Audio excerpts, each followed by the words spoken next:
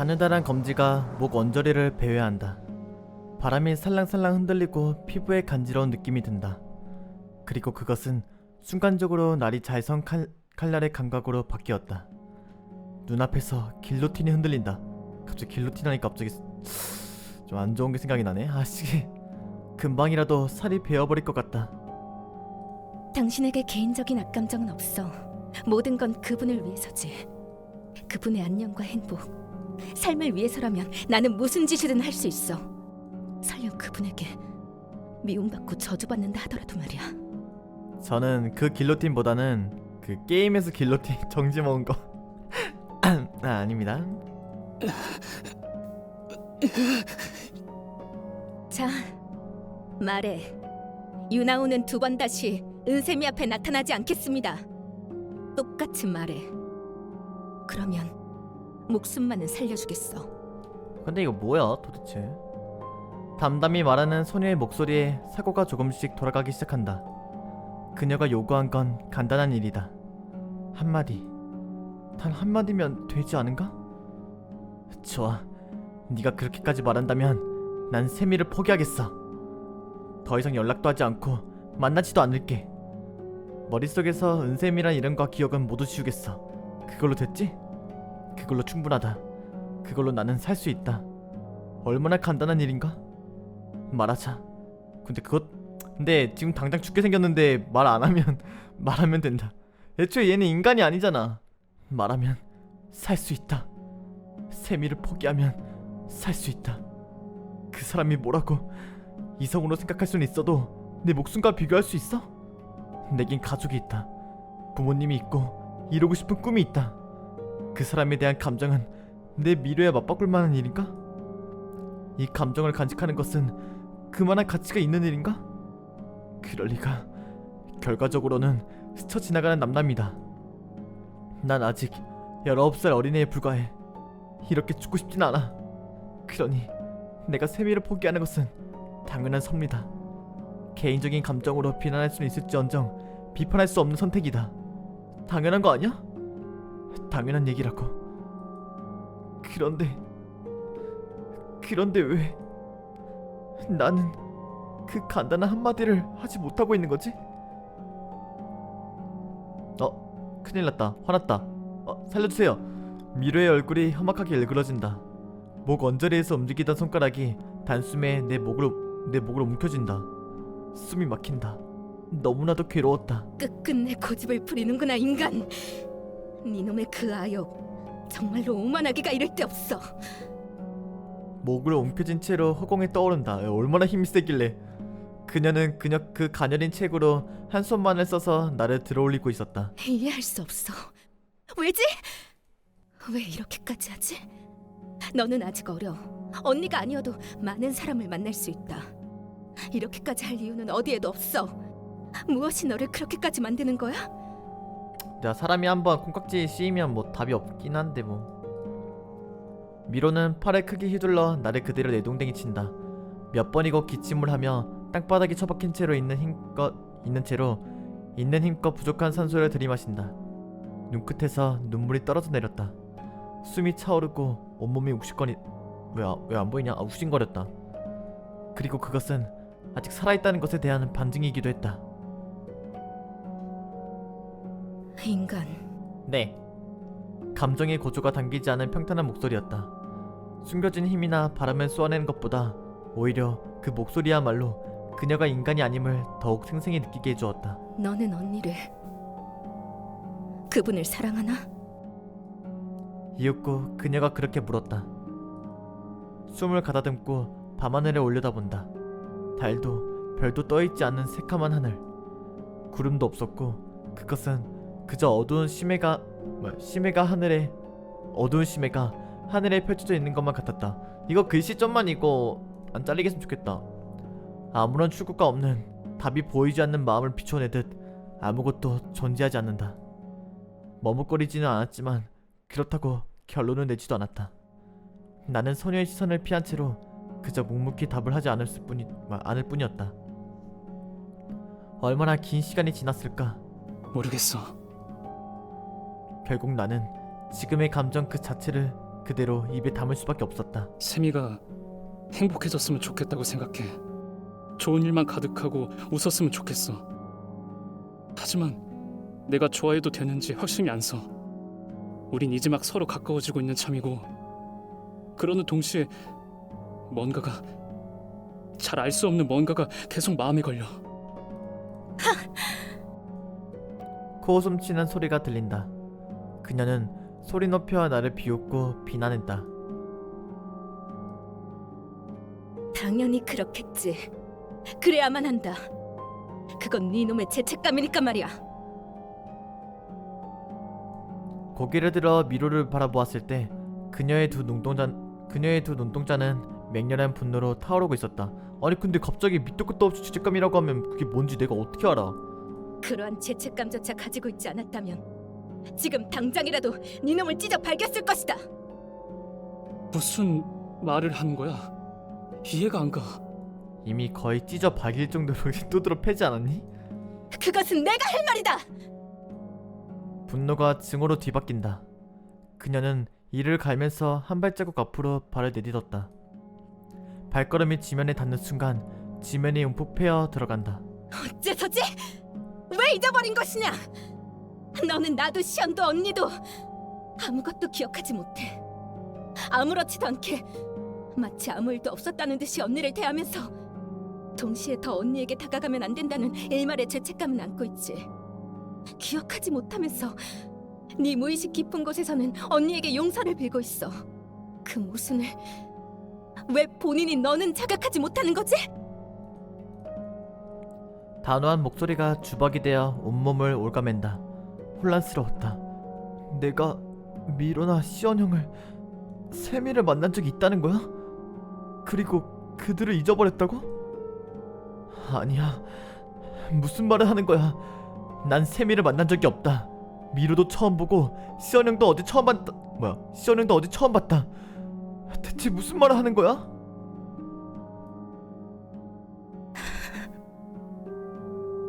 10년 전이었다. 너와 우리가 만났던 건 10년 전이면 이 주인공이 9살 때 그럼 기억 못할. 살이 가득 차있던 눈빛은 이제는 경멸에 잠겨 있었다. 그녀는 자신의 옷깃을 강하게 움켜쥐고는 어떻게든 터져나오는 감정을 억누르려 했다. 야 근데 9살 때 기억이면 못할 수도 있지. 네가 아직 어렸을 때지. 너는 우리에게 다시 돌아온다는 말을 하고 이 도시를 떠났다. 그리고 2번 다시 돌아오지 않았어. 언니는 그분은 네가 돌아오기만을 계속 기다렸는데도 아니 저 애기 때잖아요. 10년 전? 확실히 우리 가족이 다른 도시로 이사를 한 적이 있다. 2년 전에야 우리는 다시 서채울시로 돌아왔지. 하지만 그렇다고 해도 세미에 관련된 기억은 그 어디에도 없었다. 나는 세미를 만나기 이전까지는 그녀의 존재조차 몰랐었다. 너에겐 별것 아닌 허황된 약속이었을 테지. 하지만 언니에겐 아니었어. 그 하나조차 소중한 추억이라며 간직하고 살아왔던 분이셨다. 결국 10년이 지나도 넌 언니를 찾아오지 않았어. 넌 언니를 배신한 거야. 내가 세미를 배신했다고? 그 사람의 마음에 상처를 입혔단 뜻이야? 그럴 리 없어. 난 그 사람의 웃는 모습이 좋았어. 그 예쁜 미소를 계속 보고 싶었어. 그렇게 미로가 세미를 잊으라고 했을 때도 바로 대답하지 못했고 아직도 혼란스러운 감정 그대로야. 맞아. 난 세미를 정말로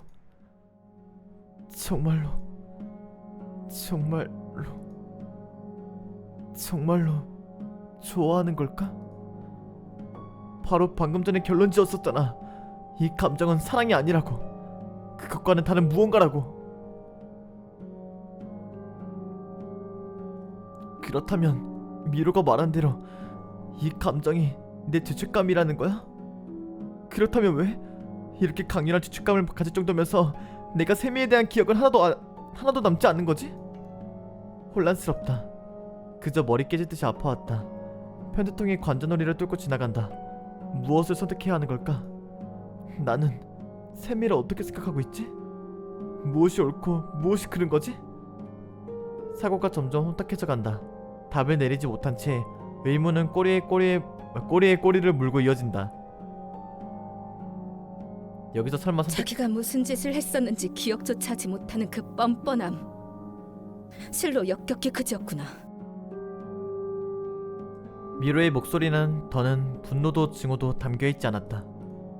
처음 보였던 것과 마찬가지로 오로지 하찮고 더러운 무언가를 바라보는 그런 시선을 내게 향한다. 다시 한번 말하겠다. 언니를 잊고 두 번 다시 언니를 만나려 하지 마. 그게 네가 할 수 있는 최고의 속죄가 될 거다. 근데 아무리 그래도 9살 때 기억인데 잊을 수도 있지. 나는 오만방자한 네 녀석에게 다짐을 받아야겠다. 두 번 다시 언니를 만나지 않고 여기서 그분의 존재를 잊을 것을 약속해라. 미루의 긴 손가락이 다시 나를 향했다. 여기서 내가 거절한다면 그 맹렬한 파동이 다시금 나를 덮치겠지. 결국 나는 선택할 수밖에 없는 운명에 서 있다. 나는 잠깐만요.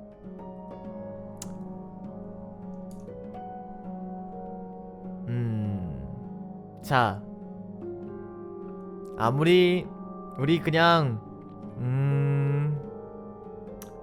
그래. 아이 뭐 사랑을 위해서 목숨 따위 내놓을 수 있죠? 그쵸? 자, 짧은 숙고의 시간이 마치 영원처럼 느껴졌다. 하지만 아무리 생각해봐도 내가 내릴 수 있는 대답은 하나였기에 이내 생각을 정리하고 끝가 아래 바람에 숨을 실었다. 그럴 수는 없어. 빡쳤다. 미로의 눈동자가 다시금 날카로워졌다. 고양이 같아. 그녀의 안쪽에서 격렬한 감정이 다시 소용돌이치는 것이 생생히 느껴진다. 그 모습을 담담히 바라보자 미로는 그것을 어떻게든 억누르면서 낮은 목소리로 물었다. 죽고 싶은 게냐? 아니요. 그럴 리가 있겠어? 죽고 싶지 않아. 그런 건 무서워. 무서워 나도. 하지만 한편으로는 진심으로 바라는 거야. 그 사람이 이제껏 힘들어왔다면 내가 힘이 되어줄 수는 없을까 하고. 경거망동하기 이를 데가 없구나. 감히 니까지 깨? 그걸 결정하는 것은 세미가 돼야지 네가 되어선 안 돼. 너는 세미의 삶을 사는 게 아니니까. 애송이, 네가 뭐라고 그런 식으로 입을 놀릴 수 있지? 그러는 너는 세미를 걱정해서 나를 죽이고 더 슬퍼하지 않게끔 한다곤 하지만 그건 세미가 행복한 게 아니야. 네가 행복한 거지. 이기적인 건 네 쪽 아니야? 격통이 다시금 온몸을 내달린다. 가슴에 정면으로 맞았다. 순간적으로 숨이 막혀 무릎을 꿇고 꺽꺽댄다. 금방이라도 의식이 날아갈 것 같다. 입안에서 피와 섞여 질척해진 침을 뱉고 어떻게든 자리에서 일어난다. 무릎이 덜덜 떨리고 있었다. 근데 맞는 말 한 것 같은데? 너는 한 가지 오만한 착각을 하고 있구나. 그렇대요. 바람이 불었다. 가을의 끝바람은 매섭고 차가운 동시에 너무나 두려운 존재로 화해 있었다. 네가 처음일 거라고 생각하느냐? 어쩐지 그녀의 말은 무척이나 묵직했다. 언니도 나도 시연조차 다른 누군가를 사랑한 일이 있었다. 우리는 서로를 향해 감정을 맹세하고 영원히 함께하자고 약속했었지. 그때 우리가 다른 누군가와 나누었던 그 감정들은 전부 거짓이었다고 생각하나? 우리는 불로의 몸을 가졌다. 살해당하는 게 아닌 이상 죽지 않는단 말이다. 우리는 사랑을 하더라도 사랑하는 이를 먼저 떠나보낼 수밖에 없다. 네 주변의 모든 이들을 먼저 떠나보내는 그 감정을 네가 어떻게 이해하겠느냐? 그건 조금 슬프겠다.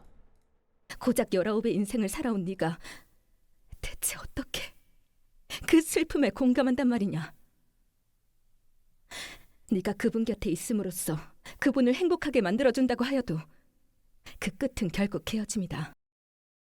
아무리 행복해도 결과적으로는 그렇게 될 수밖에 없다. 우리가 인간이 아니기 때문에. 미로는 고개를 숙였다. 깊은 비탄이 그의 안에서 소용돌이 쳤다.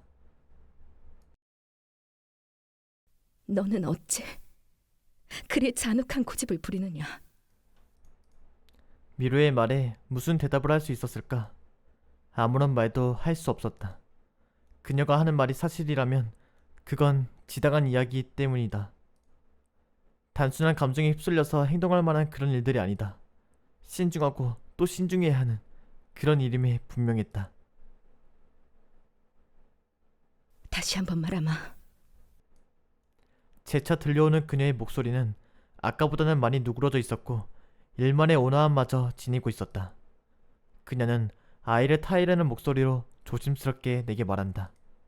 세미를 향한 감정을 그만 놓아두라고, 그녀를 포기하라고 담담하게 말했다. 결국 나는 아무 말도 할 수 없었다. 그러나 그것은 긍정도 부정도 아니었다. 나는 결론을 내리지 못하고 있었다. 정말 미로의 말이 맞는 걸까? 그래, 소녀의 가느다란 손가락이 다시금 위로 올라간다. 이제까지와 다르지 않은 동작. 그러나 무언가가 다르다는 것을 나는 본능적으로 느낄 수 있었다. 바람의 움직임이 심상치 않다. 거대한 폭풍을 눈앞에 직시하고 있는 것 같다. 네 선택이 그렇다면 좋다. 재차 소녀의 눈에 비친 것은 분노가 아닌 다른 것이었다. 소녀의 흩날리는 머리카락과 그 눈동자를 빤히 들여다보고 나서야 그것이 그녀의 나름의 이해라는 것을 깨닫는다. 사랑하는 이가 겪었던 슬픔의 깊이를 알기에 같은 일이 반복되는 것을 막으려는 그녀에게 침묵은 해답을 전해준 것 같았다. 그러나 그것은 이해일 뿐 납득은 아니었다. 지금 이 순간 우리는 서로를 이해하고 상대를 받아들였지만 상대를 납득하진 않았다. 여전히 설급한 미소를 짓고 미로는 나긋한 목소리로 고한다. 적어도 책임은 지거라. 그 낭랑한 목소리와 함께 폭풍의 함성 속에서도 손가락을 튕기는 그 청명한 소리만큼은 또렷하게 들려왔다. 딱 하는 소리가 높게 퍼져나갔고 동시에 바람이 세계를 갈랐다. 사라진 건가? 아니면 내가 사라진 건가? 폭풍이 성공리를 드러냈다. 죽는다. 그 하나의 사실만큼을 또렷하게 실감했다. 지면이 패이고 자갈이 튀었다. 주변 일대가 지진대가 되어 지면이 격동한다. 영혼과도 같던 시간이 지나갔다. 눈을 감고 두려움에 떨 채로 얼마나 오랜 시간이 지났을까? 아무 소리도 들리지 않았다. 조용하다. 알아차리지도 못한 새에 이미 죽은 걸까? 쭈뼛쭈뼛 눈을 뜨고 주변을 바라보니 아직 사진은 멀쩡히 붙어 있었다. 다시금 바람이 불었지만 놀랍게도 그것은 굉장히 온화한 바람이었다. 눈앞에는 작은 등이 서 있었는데 그녀의 등은 무척이나 늠름하고 동시에 너무나 서글퍼 보였다. 그녀는 언제나와 똑같은 모습이었지만 분명 어딘가가 달랐다. 조금씩 천천히 이쪽을 돌아보고 그 사람은 싱긋 웃어 보였다.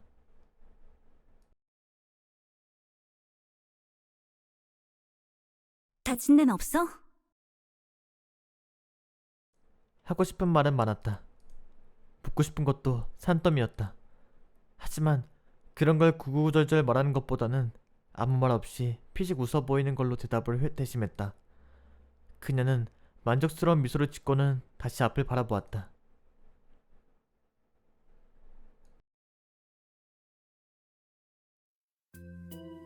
미로야, 솔직히 말하자면 난 지금 화가 조금 많이 나 있어.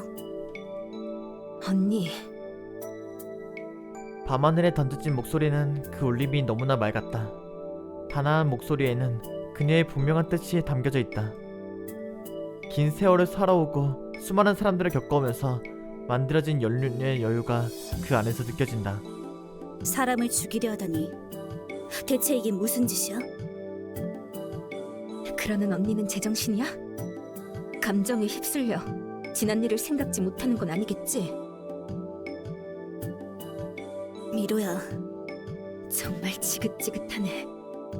아직도 인간을 감쌀 생각을 하다니. 이 인간이 언니를 버리고 가장 괴로워하던 건 언니 아니었나? 아직도 그를 용서할 마음이 들어? 나오는 나를 버린 게 아니라 기억하지 못하고 있어. 분명 무슨 사정이 있었겠지. 개소리 집어치워. 아직도 정신 못 차렸어? 그 녀석은 인간이라고. 한미로, 말이 심하잖아. 나오는 물론 인간이지만 이해는. 그래서 미로는 날카로운 목소리로 세미에게 되물었다. 언니는 안 비킬 생각이야? 세미는 미로를 조용히 바라보더니 이내 고개를 저었다. 못 비켜. 비킬 수도 없고. 그래서도 안 돼. 그렇게 나오시겠다. 미로의 표정이 일그러진다. 난 정말 언니를 이해할 수 없어. 그 긴 세월을 살아오면서 어떻게 아직도 인간을 신용할 수 있지? 그 잘난 인류애에는 정말 신물이나 뒷돈이라도 받고 있는 거 아니야? 그랬다면 미로 너에게 지금보다도 더 맛있는 걸 가득 사줬겠지. 제발 정신 좀 차려. 언제까지 그렇게 멍청하게 살 거야? 세미는 슬픈 표정이 되었다. 대답하지 않는 그녀의 모습은 굉장히 쓸쓸하고 덧없어 보였다. 세미는 무언가를 말하려다가 다시 입을 다물었다. 한동안은 그러기를 반복하더니 이내 체념한 듯이 고개를 끄덕인다. 그래, 네 말대로야. 어쩌면 난 정말로 그런 바보 같은 존재일지도 모르겠어. 그렇다면 왜? 하지만 미로야,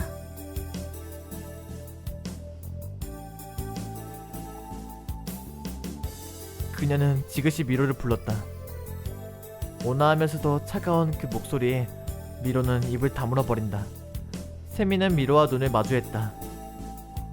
그 시선은 어딘가 애처로운 동시에 그런 당신을 이해한다고 말하는 것만 같았다. 나는 적어도 이제까진 내 삶을 후회한 적은 없어. 나는 예나 지금이나 이런 삶을 살았고 앞으로도 그럴 거야. 이게 내가 선택한 일이야. 집어치워. 선택이라고? 그렇게 울고 마음 아파했으면서 아직도 그런 걸 바라고 있어? 인간과 우리는 영원할 수 없어. 우리는 불로의 몸이고 그들은 아니니까. 너 또한 다른 누군가를 사랑했었잖아. 왜 모른 척해? 왜 있었던 사실로부터 눈을 돌리냐고. 너는 그 모든 기억을 지우고 부정하고 싶은 거야? 나는 과거를 부정하고 싶은 게 아니야. 정이 언니를 구할 수 없다고 말하고 싶은 거야. 미로의 눈동자가 더욱 날카롭게 빛난다. 그녀는 점점 더 격해지는 감정을 주체할 수 없었는지 이를 꽉 문 채로 세미를 노려보기 시작했다. 그런 경험은 한두 번이면 좋게. 누군가를 사랑하고 사랑한 이를 떠나보내고 그건 분명 소중한 경험이야. 나한테 있어서도 지우고 싶지 않은 그런 기억일 게 분명해. 하지만 언니는 그 정도를 넘었어. 언니는 사랑을 하는 게 아니야. 누군가를 사랑하는 나, 그런 이미지에 취했을 뿐이지. 그건 결핍이야. 왜 그걸 인지하지 못해? 나보다 더 어른스럽고 나보다 더 뛰어난 당신이 왜 한낱 정에 얽매여서 당신 스스로를 희생하는 그런 삶을 살아야 하는 거냐고! 미로의 목소리가 한기를 머금었다. 두 사람 사이에 보이지 않는 커다란 벽이 생기고 있는 것만 같다. 감정의 골은 점점 더 깊어지고 있었다. 당신은 내 동경이었어. 내 버팀목이자 누구보다 우월하고 자랑스러운 신령. 그리고 이 땅의 왕이었지. 그런 당신이 이렇게까지 타락하다니.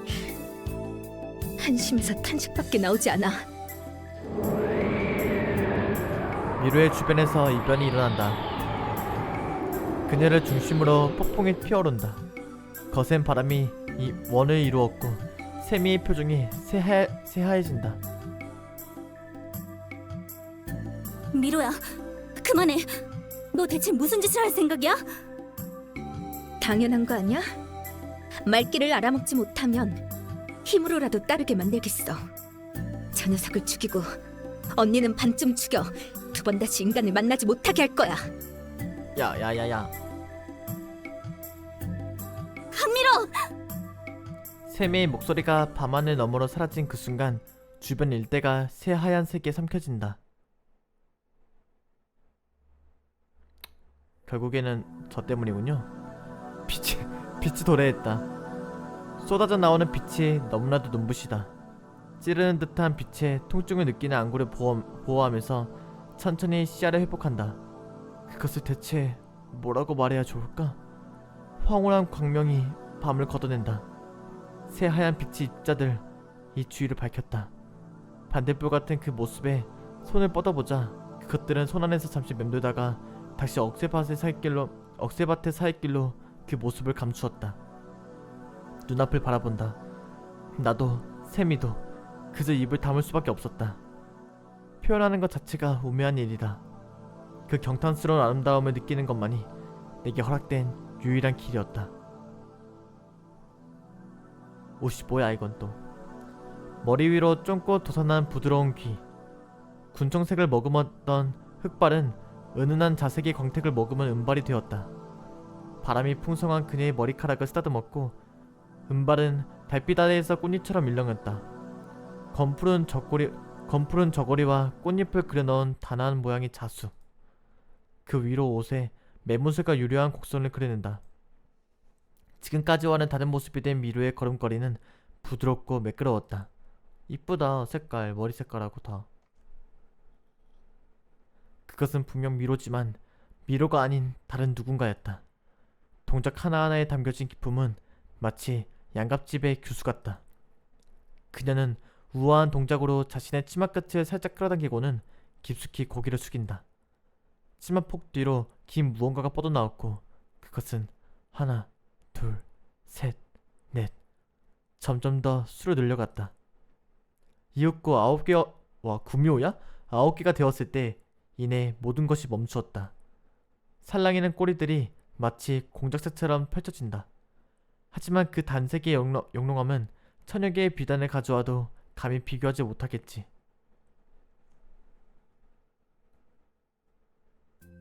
나는 그제서야 그녀가 어떤 존재인지 짐작할 수 있었다. 갖가지 전설 속에서 이미 수십 번의 족적을 남긴 그 이름이 아니던가. 때로는 영물로, 때로는 요물로 칭송됐던 자이자 인간을 죽여가며 인간이 되고자 했던 비운의 존재였다. 대기가 그녀의 몸을 타고 오른다. 토양은 걸음을 따라 움직이고 그녀의 손짓에 의해 자연히 파도를 이룬다. 달빛이 바다 빛나는 그녀의 모습은 마치 춤을 추는 무의를 연상시킨다. 동시에 사냥감을 노리는 맹수와 같은 눈빛만큼은 한치의 흐트러짐도 없었다. 머릿속 어딘가에서 들어본 적이 있는 짐승의 울음소리가 들려온다. 무의식적으로 그녀의 이름을 천천히 입에 담았다. 구미호. 서로가 현대 사회에 구현된 순간이었다. 너희는 정말로 인간이 아니었던 거야? 그런 건 아무래도 좋은 이야기야. 은색 단발을 한번 쓸어넘기고는 미로는 자신의 입가를 매만졌다. 세미는 입을 다물고는 미로를 쏘아보았다. 흔들리는 그녀의 눈동자 속에서는 일말의 당혹감이 어려있었다. 미로, 너 진짜... 오라, 나는 천재의 명을 받아 푸른 샘물을 관장하던 자였나니 너희가 나의 권속이고 힘이니라. 구미호가 하늘을 향해 고했을 때 벼랑간 투명한 물방울이 기다렸다는 듯이 떨어져 내렸다. 비? 이건 끝가을의 갑작스런 끝가을의 갑작스런 소나기라니. 손을 그려모으자 빗물이 손바닥에 담긴다. 빤히 그것을 바라보다가 조금씩 추위를 느끼기 시작할 때였다. 엥? 나 안 넘겼는데? 부슬부슬 몸을 때리고 있던 소나기의 느낌이 사라진다. 이질감이 들어 눈앞을 바라보았을 때 그 앞에 펼쳐진 그 광경을 보며 나는 무슨 말을 했어야 했을까?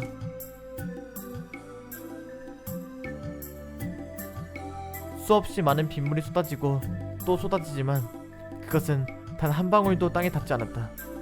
소나기는 미루의 앞에 그대로 멈춰선 채 공기 중에 떠 있었다. 마치 시간이 그대로 멈춘 것만 같다. 오래된 액션 영화의 한 장면에도 이런 게 있었던 것 같은데. 기억을 더듬고 있던 찰나 낭랑한 목소리가 또렷하게 밤하늘을 메꿨다. 나는 휩쓰는 것을 허락하노라. 미루의 손가락이 아까와 마찬가지로 다시 올라간다. 새하얀 목련을 연상시키는 그 가느다란 손가락이 눈앞을 향하고 이내 손가락의 소리를 높였다.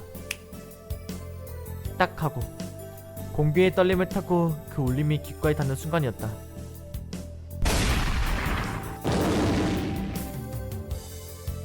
벼랑간 천지가 요동을 치더니 눈앞이 뿌연 먼지로 뒤덮인다. 몸이 이청거리고 무릎이 풀렸다. 귀가 멍멍하다. 삐 하고 이명이 들리기 시작했다. 정신을 차리지 못하고 있을 때 누군가가 옆에서 다급하게 외치는 소리가 들린다. 샘이었다. 그녀는 내 한쪽 팔에 거세게 움켜쥐고 있는 힘껏 끌어당겼다. 정신 차려! 지금 멍 때리고 있다간 나 오늘 죽어! 대체 뭐가? 샘이는 순간적으로 뒤로 돌아본다. 모래안개가 거친 그 너머에서는 다시금 미로가 엄지와 중지를 맞댄 채 천천히 손을 들고 있었다. 딱 하고 커다란 소리가 울려 퍼지는 그 순간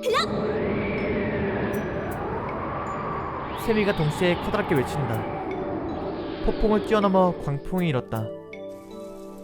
역풍은 보이지 않는 벽을 만들어 산탄과도 같은 소나기의 총탄을 막아낸다. 쏴하고 한 걸음 떨어진 지면에만 작은 호우가 쏟아져 내렸다. 과연 언니답네. 잊고 있었어. 언니는 바람의 가호를 타고났었지. 반대로 넌 물의 가호를 타고난 여우고 말이야. 보통은 불의 가호를 받는 이들이 많으니까 여우가 물의 가호를 받고 태어난 건 드문 일이었지. 그리고 그 여우가 죽지 않고 900년을 묵어 영물이 된 것도 말이야. 하기사 1000년을 넘게 묵은 당신에게 내가 비할 바는 못 되겠지만 그제서야 깨닫는다. 그것은 산탄이었다. 손가락에 튕겨지며 소리를 내는 순간 수없이 많은 물방울들이 빛보다 빠른 속도로 일제히 발사됐던 것이다. 호우의 산탄이 다시금 뿜어져 나온다. 거대한 폭력을 전신의 피부로 느낀다. 작은 빗방울은 눈에 보이지도 않을 만큼 빠른 속도로 날아가 지면과 억새밭을 찢어놓는다.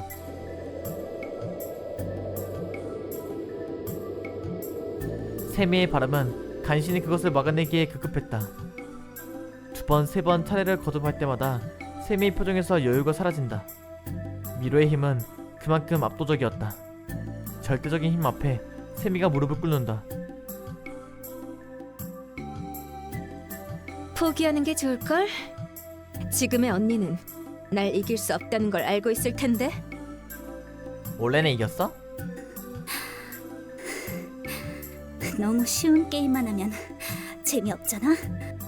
꽤나 여유롭네. 하지만 힘을 쓸 수 없는 언니가 어떻게 날 이긴다는 거지? 그러게. 하지만 어떻게든 되겠지. 미로 네가 이런 나쁜 짓은 그만둘 거라고 믿고 있으니까.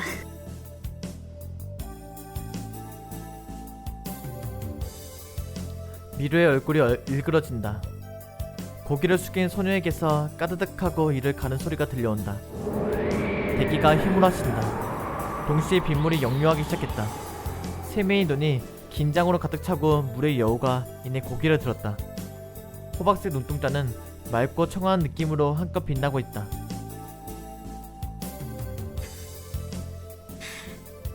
왜 아직도 모르는 거야? 시대는 가변적이지만 인간은 불변이야. 인간은 반드시 우리를 불행하게 할 거라고. 소나기에 쏟아진다. 세미는 미로에게 아무것도 대답해주지 않았다. 끝과 아래 추위가 얼어붙을 만한 혹한으로 바뀌어간다.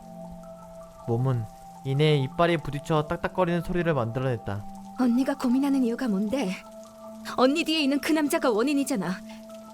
우리는 기억하고 있지만 그 녀석은 잊었어. 아니야? 미로야, 뚫린 입이 있으면 짓거려 보라고 해. 언니를 기억하고 있냐고. 언니와의 약속을 잊지 않았냐고. 지금 당장 물어보란 말이야. 세미의 푸른 눈동자가 나를 향했고 나는 할 일 없이 눈을 돌릴 수밖에 없었다. 모든 정황을 돌이켜 보았을 때 세미와 나는 구면이었던 것 같다. 하지만 나는 아무것도 기억나지 않는다. 나는 그저 며칠 전에 우연히 세미를 만났을 뿐 그 이상 아무것도 그녀로부터 느낄 수 없었다. 그저 그녀에 대해서 이상한 기시감이 들었을 뿐이다. 그게 전부다.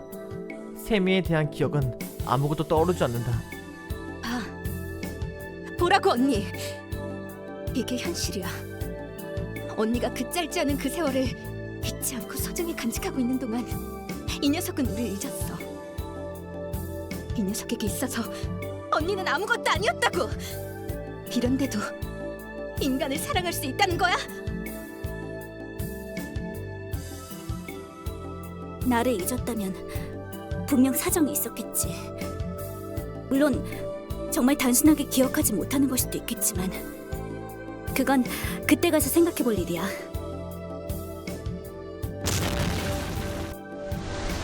세미야!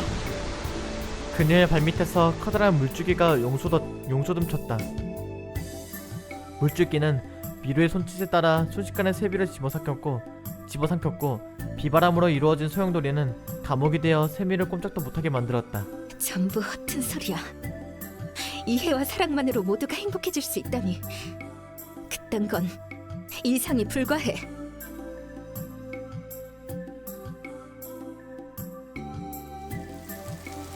다시금 비가 내렸다. 비는 온전히 땅에 닿지 않은 채 공중에 머무른다.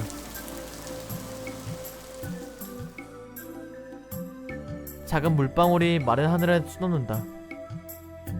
어쩐지 그 모습은 작은 은하를 연상케 했다. 물의 여우가 호박색 눈동자를 빛낸다. 짐승이자 신이자 영물의 눈동자가 하나는 인간이 나를 향했을 때 나는 쇠사슬에 묶인 것처럼 몸을 꿈쩍할 수도 없게 되었다. 대가를 치르게 해주겠어. 심장이 빠르게 뛴다. 다시금 죽음에 대한 공포가 육박해왔다. 그 낮은 소리만큼은 세미를 가두고 있는 비바람의 거대한 소리 속에서도 뚜렷하게 들려왔다. 그저 답답함만이 남는다. 결국 어떻게 얼었던 걸까? 정답은 있었던 걸까? 우리들의 관계는 세미를 향한 이 마음의 정체는 결국 뭐였지? 어째서 두 사람은 기억하면서 나에게는 아무런 기억이 없는 거지? 의문은 꼬리에 꼬리를 물었고 혼란한 생각은 마음을 침식한다. 미로가 손가락을 들었다. 나는 무력하게 그녀를 바라볼 뿐이었다. 새하얀 손가락이 움직인다. 모든 것이 끝났다. 적어도 이렇게 허망한 끝이 될 거라고는 예상치 못했는데.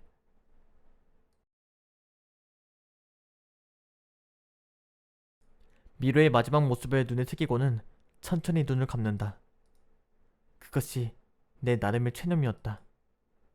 내가 정말 세미와 그녀를 기억하지 못하고 무언가 상처를 입힐 만한 일을 했다면, 그리고 그것이 미로를 이렇게 만들어버렸다 하면 결국 받아들일 수밖에 없다. 기억하지 못할지라도 그것이 누군가에게 상처가 되었다는 것은 분명할 테니 이런 결말에 맞이하는 것도 당연한 것일지도 모른다. 당연한 것이었을지도 모른다. 어차피 죽고 싶다고 항상 생각하고 있었으니 잘된 걸지도. 그녀는 마지막으로 입을 열었다. 나를 원망해도 좋아. 작은 목소리가 슬픈 듯이 그런 말을 남겼다. 그것은 대체 얼마만큼의 무게를 지닌 말이었을까? 얼마나 많은 생각을 반복해 얼마나 많은 감정이 담겨져 있던 걸까? 끝내 미루의 대답은 들을 수 없었다. 다음 순간 모든 것이 멈추었고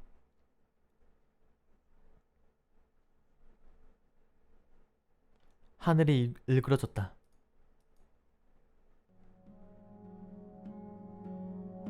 오 뭐야 그림. 위화감. 아니 그것은 이질감이라 표현해도 좋을 것이다. 폐부로 깊이 빨아들이는 공기의 질이 달라졌다. 끈적끈적하고 굉장히 무겁다. 주변의 억새밭이 그대로 얼어붙는다. 바람조차 불지 않았다. 달빛으로 물든 하늘이 그 색을 달리한다. 푸른 청남색 밤하늘 위로 연한 보랏빛 잉크가 흩뿌려진다.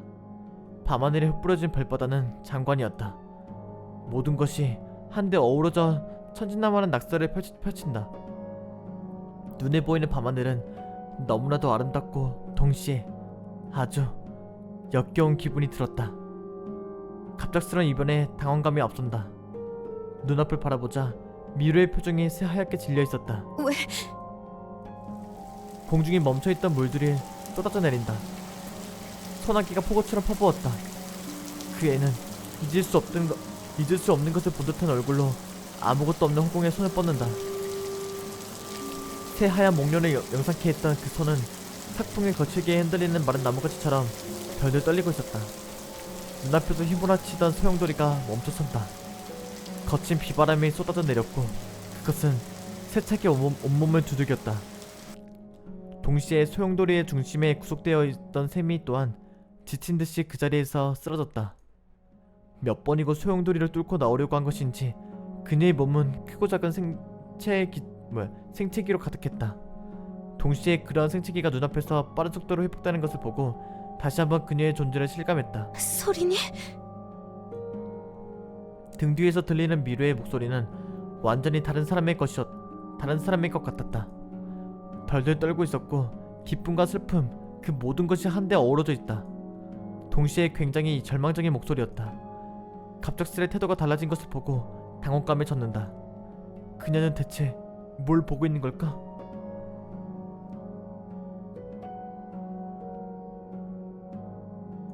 그런 생각을 하고 있을 찰나 그녀의 눈앞에 새파란 불덩이가 피어올라 있다는 사실을 깨닫는다. 미로는 그 불덩이를 향해 조금씩 다가가기 시작한다. 괜찮아? 설 수 있겠어?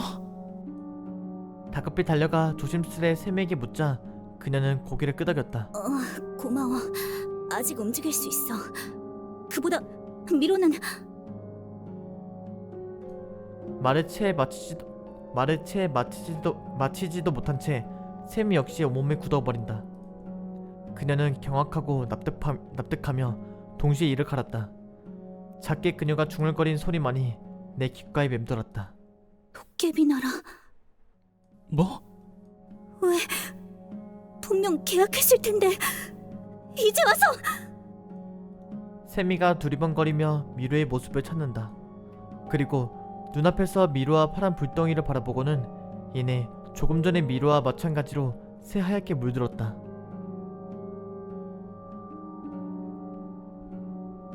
미로야, 안 돼! 그건 소리가 아니야! 세미의 목소리가 높이 울려 퍼지지만 미루에게는 들리지 않았던 걸까? 소녀는 마치 그립고 사랑스러운 눈앞에 두는 것처럼 안심한 표정으로 눈앞에 푸른 불덩이를 끌어안았다. 어렴풋하게 미루가 그 불덩이를 끌어안기 전에 눈물을 보였다고 나는 그렇게 생각했다. 깜짝아, 뭐야? 잘못 본 것이라고 생각했다. 뭐야 이건? 모종의 착각이라고 아니면 환상을 보고 있는 거라고 생각했다. 미로가 푸른 불덩이를 끌어안는 순간 그녀의 경동맥에서 심상치 않은 기세로 피가 솟구치기 시작했다. 그녀의 목은 완전히 깊게 찢어져 있었다. 미로는 자신의 목을 붙잡았고 피를 왈칵 쏟아내면서 몸이 기울어졌다.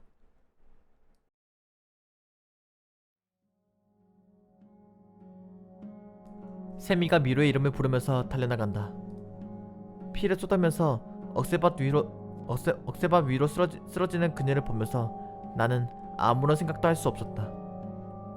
사고가 정지된다. 머릿속에서 이명이 되풀이되었다. 누군가가 쓰러져 있고 온몸은 피가 흥건하다. 비릿한 선혈의 냄새가 비강을 찔러 들어온다.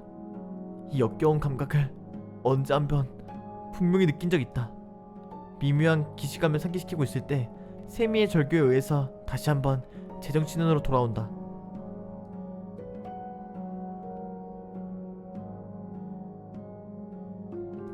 미로는 여전히 검붉은 피를 목에서 울컥울컥 쏟아내고 있었고 세미는 미로의 목을 부여잡아 응급처치를 진행한다. 조금 떨어진 곳에서 이를 무력하게 바라본다. 울컥하고 피를 쏟아내던 그 장면이 다시금 머릿속에서 재생된다. 순식간에 벌어진 일이었다. 목에 날카로운 칼날이 들어간 것처럼 그녀의 목은 갈라졌고 보이지 않는 압력에 의해서 선혈이 뿜어져 나왔다. 그녀는 일이 이렇게 되리라고는 전혀 생각지 못했던 걸까? 베어나간 목에서 피를 쏟으며 쓰러졌던 그녀의 눈동자는 마치 달콤한 꿈에서 깨어난 것처럼 절망적이었다. 지메는 벌써 그녀의 피를 한껏 빨아들인 뒤였다. 물의 여우는 그 이름과 다르게 검붉은 피를 쏟아내고 있었다. 그것은 잔혹하리 많지 인간적인 광경이었다.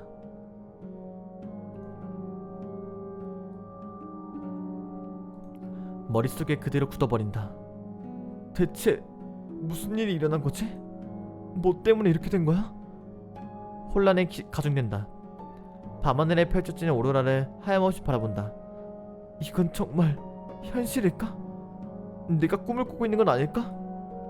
사고의 감옥에 갇혀 헤매인다. 나는 어찌해야 좋을지 알 수 없었다. 뻔뻔한 것에도 정도가 있다, 여우.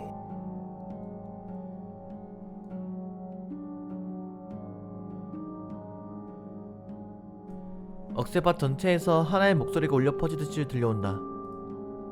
그것은 강한 증오가 담긴 목소리였다. 감히 우리 터전에 굴러들어와서 소란을 피워? 하늘 무서운 줄 모르고 기어오르는구나. 뭐지? 세미가 이를 가는 소리가 생생하게 들려온다. 그녀의 표정은 날카로운 것으로 뒤바뀌어 있었다. 이건 계약 위반이야. 나는 내 힘의 칠화를 제공하는 대가로 손을 대지 않겠다고 약속받았어. 개인적인 속죄로서도 늘 내 힘을 너희들에게 제공하고 있는데, 그런데 내 동생에게 해를 가해? 정도가 지나치잖아. 계약을 위반하지는 않았다. 너에게 손을 대지는 않았지. 뭐라고? 오래전 그대와 계약했던 내용을 잘 상기시켜보라고. 우리는 지금 합당한 권리를 행사하고 있다. 낄낄거리는 목소리가 군중이 되어 억새밭 전체에 울려 퍼진다. 뇌리에서 울려 퍼지는 목소리의 주인을 찾아 헤맸지만 그 모습은 어디도 보이지 않았다. 혼란이 중력이 되어 점점 더 무거워지던 찰나 문득 기이한 오로라의 한 가운데서 주홍이 무언가가 그 모습을 드러냈다.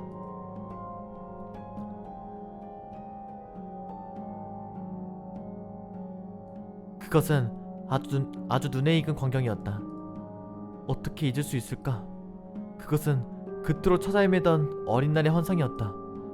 그날 망막 안에서 아로새겼던 황혼역의 습관들을 다시 한번 지어내고자 카메라를 잡기 시작했던 게 아니었던가? 그 찬란함과 아름다움을 10년이 지난 지금 이르러서 다시 재회했다. 하지만 가증스런 계집 같으니 이 땅을 밟는 것도 속이 뒤집어 끓었는데 이젠 제집 마냥 난리를 치는구나. 한때 누구보다 당신을 존경하고 존중해 마지 않았거늘. 여우란 영리한 족속이라고 생각했지만 굳이 그렇지만도 않지.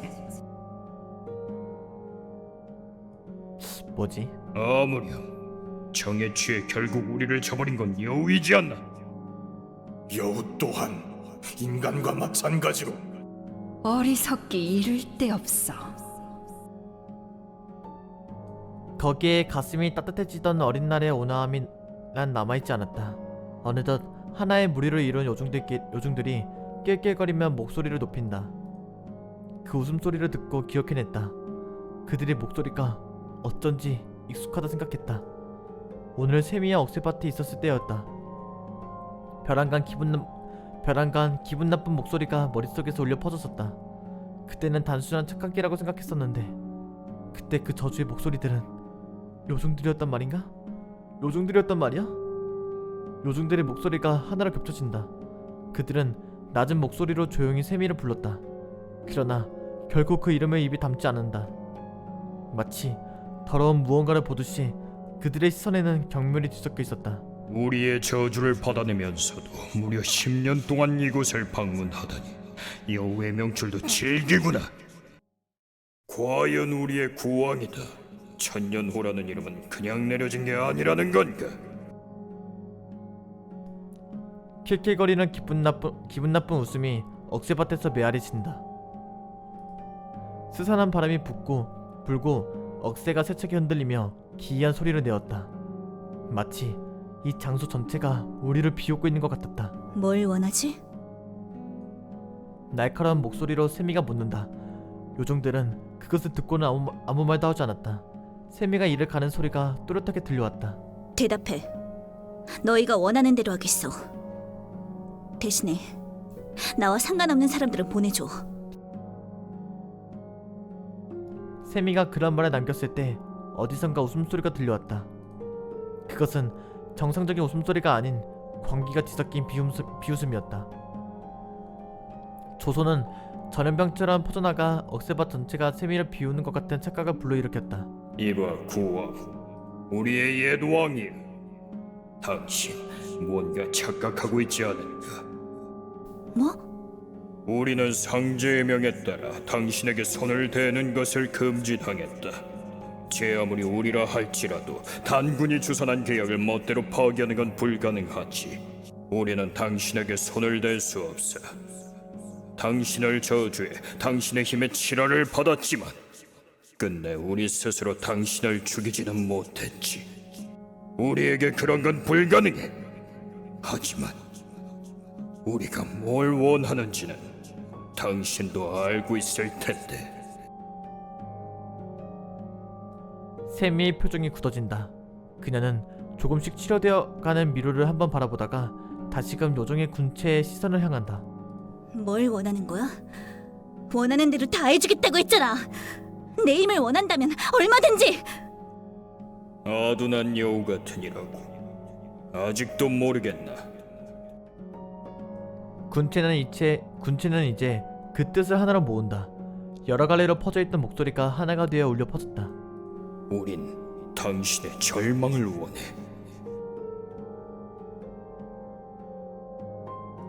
그것은 마치 사형 선고 같았다. 세미의 동공이 흔들린다. 상황은 그녀가 생각하는 최악의 것으로 흘러가고 있었다. 잊은 건 아니겠지. 당신의 실수로 인해 얼마나 많은 동포가 죽어나갔는지. 끔찍한 시간이었다. 우리는 당신에 의해 슬픔에 젖었고 개 중에는 미쳐버린 자도 많았지. 나처럼 말이야.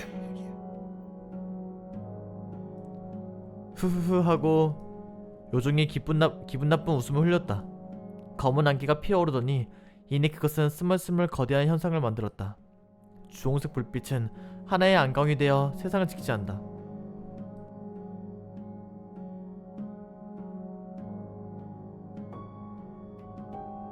그것은 암흑의 덩어리였다. 일렁이는 그림자는 마치 이빨 같았다. 그림자의 잎은 귓가까지 찢어지며 이죽인다. 옛 추억 속의 요정은 차갑고 기분 나쁜 무언가로 변질되어 있다. 세미의 표정에 절망의 그림자가 드러난다. 새벽바람 속에서도 그녀의 이마에서는 식은땀이 맺혀 있었다. 그녀가 무심코 흘린 단어가 귓가에서 생생하게 맴돈다. 두억신이가 되었단 말이야? 그래, 이제 진실을 알겠나 구왕이여. 요정의 키득거린다. 검은 덩어리가 끊임없이 꿈틀댄다. 당신을 향한 증오는 우리를 집어삼켰고 우리들 중 일부는 이성을 잃고 군체가 되어 악귀신이 되었다.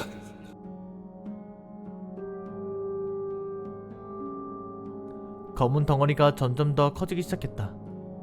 암흑 또는 그림자 혹은 음기 그 자체인 것이 빠른 속도로 세미를 향해 미끄러져 온다. 세미를 향해 다가오던 그것은 세미가 쏘아낸 바람의 벽에 그 몸째로 가로막힌다. 그러나 개의치 않는다는 듯이 두억신이는 목 안쪽에서 울림이 가득한 낮은 목소리로 웃어 보였다.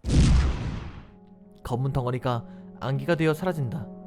안개는 바람에 뒤섞여 날아오르더니 밤하늘 끝에서 미로의 바로 위를 향해 쏟아져 내렸다.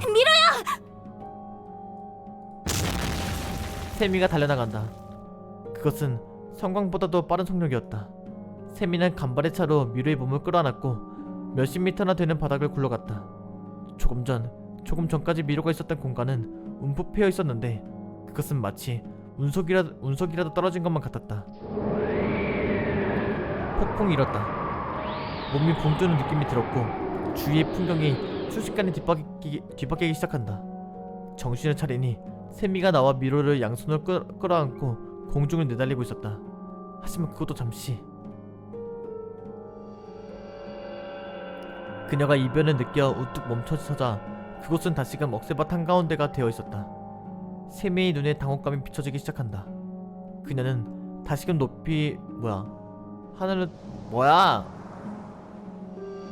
다시금 높이 뛰어올라 하늘에 내달렸지만 다시 억새밭에 되돌아 있었다. 마치 갇힌 것 마냥 우리는 억새밭을 벗어날 수 없었다. 킬킬거리는 낮은 목소리가 밤하늘에 메아리친다. 그렇게 쉽게 벗어날 수 있으리라 생각했나? 검은 그림자가 명백한 조소를 띄우며 미끄러져 세미와 그림자가 대치한다. 아끼시는 머리라고 추정되는 부분을 시계 방향으로 빙글빙글 돌려가면서 더욱 기이한 현상을 취해간다. 예전에 인간들이 노래를 부르는 걸 들은 적이 있지. 이상하고 아름다운 도깨비 나라. 방망이로 두드리면 무엇이 될까? 인간들 치고는 썩 좋은 감상이야. 아무렴 아름다운 곳이고 말고 이곳은 당신 앞에 놓여진 상황을 이제 그만 받아들이지 그래. 국왕도 알고 있을 텐데 도깨비 나라는 최상위적의 환술 경계라는 걸. 원래의 당신이라면 모를까 힘이 빠진 당신이 우리에게서 도망가기는 쉽지 않을 게야. 아, 원래 이제 힘을 이제 거의 다 줘가지고 얘가 약해진 거구나. 그것은 그렇게 말하면서 한 걸음을 내딛었다. 검은 형체가 조금씩 형태를 갖춘다.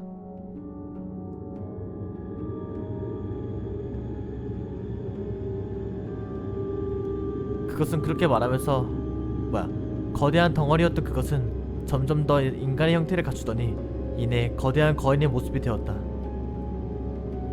새까만 거인은 키득거리면서 손을 들어 올린다. 무엇이 그대를 가장 큰 절망의 구렁텅이로 떨어뜨릴 수 있을까? 우리는 고민하고 범민하여 결론에 다다랐다. 검은 거인이 그 말을 끝내자 거인의 손에 커다란 둔기가 구현된다. 손을 들어 올린 그가 웃음소리를 높인다. 살기가 가득한 이 일격이 바람을 찢으며 샘에게 내려 떨어졌다. 샘이야! 마치 폭탄이 터져나간 것처럼 엄청난 경영과 함께 폭풍이 일었다. 억새들이 바람에 뜯겨나간다. 바람소리가 들린다. 모래먼지 사이로 그녀의 안위를 확인한다. 세민한 손에서 쏘아낸 작은 폭풍으로 가까스로 거인의 둔기를 흘러낸 참이었다. 거인이 웃는다. 검은 그림자는 그녀의 고통스러운 표정이 즐거워 참을 수 없는 듯했다. 고림. 그것이 우리가 낸 결론이다. 우리가 구왕의 육체를 죽일 수 없다면 적어도 구왕의 정신을 죽여놓아야 하지 않겠나? 우리는 이곳에서 당신이 아닌 당신의 주변인을 죽일 것이다. 그렇게 두게 놔둘 것 같아? 정성이구나. 우선은 기회를 주어보지. 당신 손으로 900년 묵은 여우의 배를 갈라라. 내게 그 창자를 확인시켜주면 소녀는 이대로 보내주지. 혹은 도령의 두개골을 부수어 뇌수를 해집어도 좋다. 그렇다면 구미호의 환수를 풀어주고 그대를 돌려보내주마. 너 뚫린 입이라고 함부로. 싫은가? 그럼 둘 다 죽어야겠군. 뭔가 되게 깐진하게 생겼다. 두억 신이는 순식간에 검은 연기로 변하더니 세미의 눈앞에서 둔기를 내려 찍었다.